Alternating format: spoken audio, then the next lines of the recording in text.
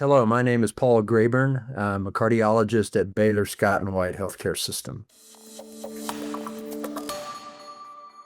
Well, first of all, this is a sub-study of a major clinical trial that was published in the New England Journal last fall.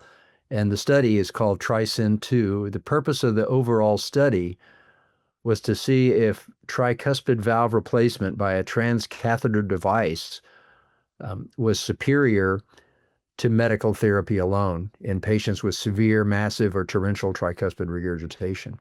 And the study was positive in that the primary endpoint was met.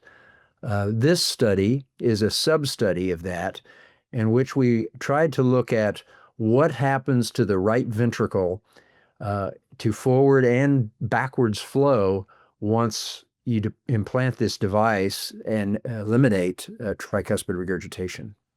So it's essentially the same as the main trial. So 400 patients were randomized to either get the EVOQUE tricuspid valve replacement device, and we'll call that TTVR, short for transcatheter tricuspid valve replacement, or medical therapy alone.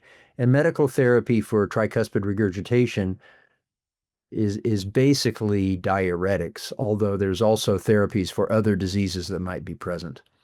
The key outcomes of the sub-study are really several. First, the TTVR device essentially eliminates tricuspid regurgitation, such that by discharge out to 1 year, 95% of the patients had mild or less tricuspid regurgitation, and actually almost 3/4 had none or trace. In other words, it eliminated TR. Compared to the control group, which for the most part continued to have severe or worse TR. The other findings were having successfully relieved TR or eliminated it, we see that venous congestion improves, and that is measured echocardiographically, by the inferior vena cava diameter, which got smaller in TTVR and remained very dilated in the control group, and also by flow reversal in the hepatic vein, which also improved in the TTVR group. And then we also looked at forward cardiac output, which improved, but very importantly, that improved despite RV function declining. And we have an explanation for that. When you eliminate TR, you reduce the volume overload on the right ventricle. And so the right ventricle gets smaller. And as it gets smaller, we call that RV reverse remodeling. And that in turn, causes a fall in overall RV function. However, since all the flow is going forwards instead of backwards now, the actual cardiac output increases. And that's kind of a brief summary of what we found in the study. I think, first of all, one of the main things is we already know that we should be treating tricuspid regurgitation in these patients that are symptomatic because we can relieve symptoms and make the patients feel better.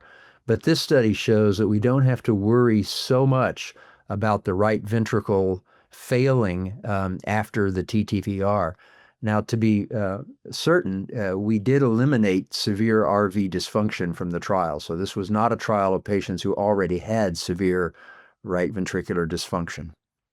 I think there's a lot of things coming in this area. One of the things that we need to do is determine if there are specific patients who are either super responders, that is to say they're alive, haven't been hospitalized, and they have an increase in their KCCQ overall summary score of at least 20 points, meaning they feel a lot better. And we also need to look at the possibility that there are patients who are too far advanced and doing TTVR is futile. And those studies need to be done. And in addition to that, there are new devices coming out. So I think what we've seen with TAVR and other conditions are these devices get better over time. And so with that, we hope to see even better results in the future.